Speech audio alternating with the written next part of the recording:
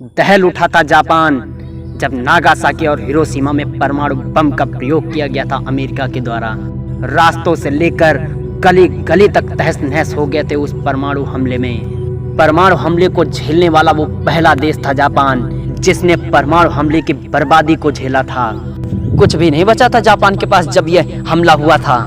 किसी ने सोचा तक नहीं था कि वो देश जिसने परमाणु हमले की बर्बादी झेली, जिसने एक हमले में अपने पूरे नागासाकी और हिरोशिमा जैसे शहरों को गवा दिया, इतनी मौतें हुई थी उस हमले में, इतनी बर्बादी झेली थी उस देश ने। किसी ने सोचा तक नहीं था कि वो देश जिसने इतने बड़े संकट को झेला वो कभी दोबारा उबर पाएगा।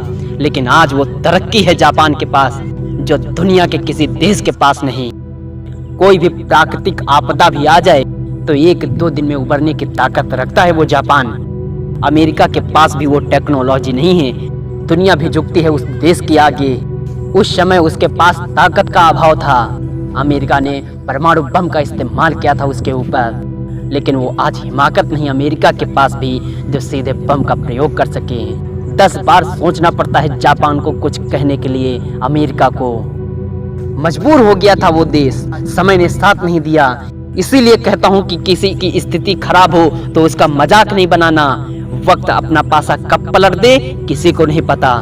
ये वक्त का ही खेल है कि आज जो जापान के पास टेक्नोलॉजी है वो अमेरिका के पास नहीं है। किसी को गरीब और लाचार समझकर उसका मजाक नहीं बनाना दोस्त।